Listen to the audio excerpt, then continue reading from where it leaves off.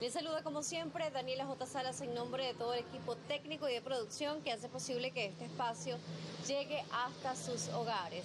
Como siempre, en interpretación de lengua de señas, nuestro compañero Joshua Llanos. Nos salimos del estudio para tener este programa especial, la doctora María Graciela López, quien es infectólogo, expresidenta de la Sociedad Venezolana de Infectología.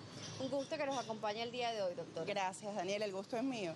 Doctora, el día de hoy vamos a hablar de los virus circulantes. Hemos visto con mucha frecuencia en las últimas semanas personas de reposo debido a diferentes cuadros virales. Hablemos de ellos, cuáles son y por qué es tan importante estar atentos. Sí, fíjate que, bueno, desde el año pasado y digamos cíclicamente, circulan siempre virus respiratorios.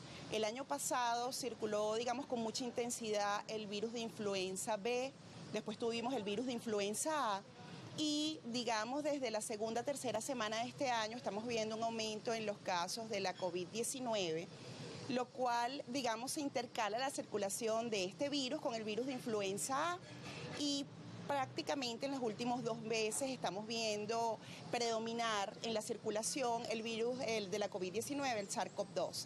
Y de allí lo felicito por este programa en relación a la prevención de virus circulantes. Siempre hablamos más de virus respiratorios, pero recordar que el dengue también está presente en nuestro medio y de ahí la importancia de la prevención. Claro, es que hemos visto diferentes cuadros. Desde dengue, que lo hemos visto también desde que comenzamos el año, ni siquiera las últimas semanas.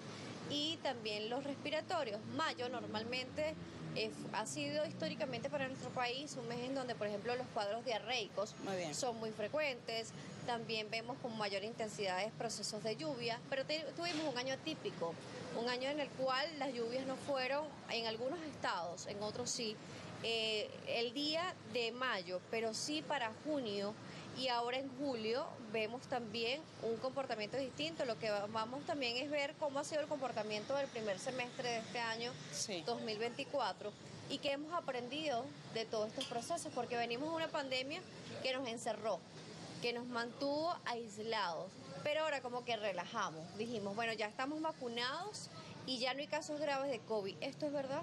Sí, muy bien. Bueno, por ser un país tropical, tenemos la circulación de virus respiratorios todo el año y efectivamente en los meses de lluvia, los que son clásicamente de lluvia, comienzan, digamos, el aumento en el número de casos de algunos virus respiratorios. Clásicamente el virus de influenza era el virus que se comportaba muy estacional en los meses donde baja un poco más la temperatura y aumentan las lluvias. Sin embargo, después de la pandemia de COVID-19 estamos viendo como, digamos, un cambio en la circulación de virus y estamos ahora esperando, simplemente falta ver qué pasa en los próximos meses.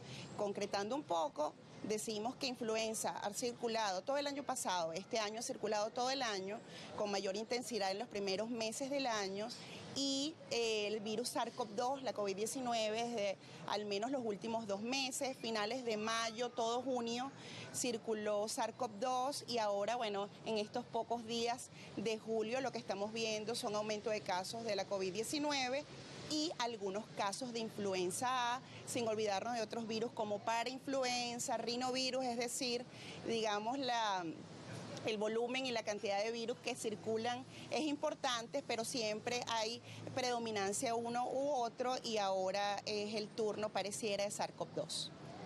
Claro, a veces nos preguntamos, porque empezamos a ver, por ejemplo, cuando el virus comenzó a aparecer en el mundo, que si tos, que si estornudo, que si me da fiebre, ¿qué voy sintiendo con el SARS-CoV-2? Y a veces pensamos, bueno, es una gripe, es una virosis, o no sé si es COVID, ya no sé si es dengue. Sí. Entonces para el paciente a veces es un poco difícil entender qué es lo que está pasando con su cuerpo, pero también tenemos la contraparte de que hay pacientes que no entienden qué está pasando con su cuerpo, se siguen automedicando y se siguen quedando en casa o peor, haciendo las actividades y hay virus que necesitan, por ejemplo, reposo del cuerpo para que se pueda mejorar, como es el dengue. Sí, importante. Bueno, primero no podemos ya en este momento diferenciar en los aspectos de síntomas clínicos SARS-CoV-2 o la COVID-19 de algún otro virus como el de la influenza. Decir que, bueno, porque tengo más o menos dolores musculares, puede ser influenza o no, este no es COVID, realmente es un error. Los síntomas se parecen mucho. Si puedo hablar de alguna diferencia, bueno, primero decir los síntomas, son generalmente fiebre, lo puede producir la COVID-19, también el virus de influenza, tos, mocos nasales, malestar general, dolor de cabeza, dolores musculares, dolores incluso articulares, son comunes tanto para la COVID-19 como para influenza. Sin embargo, lo que vemos en la COVID-19 es la duración de la tos. Generalmente el que le da tos suele ser una tos que puede pasar de 2 semanas o más. Uno habla de después de 2 semanas comienza la franca mejoría, pero bueno, los que nos están viendo en sus hogares saben que algunos de los que han, digamos, sufrido la enfermedad en los últimos tiempos han tenido tos que pueden durar hasta un mes. Lo hemos visto en la COVID-19, estamos hablando de la fase aguda, no estamos hablando del post-COVID, que es, digamos, otro espectro de la enfermedad de la COVID-19, y en relación a dengue, importante, generalmente lo que ocurre es mucho malestar general y fiebre. Los síntomas respiratorios no son comunes en dengue y allí comenzamos, si me permites, los temas preventivos, y es, lo primero que tengo que decir es acudir al médico.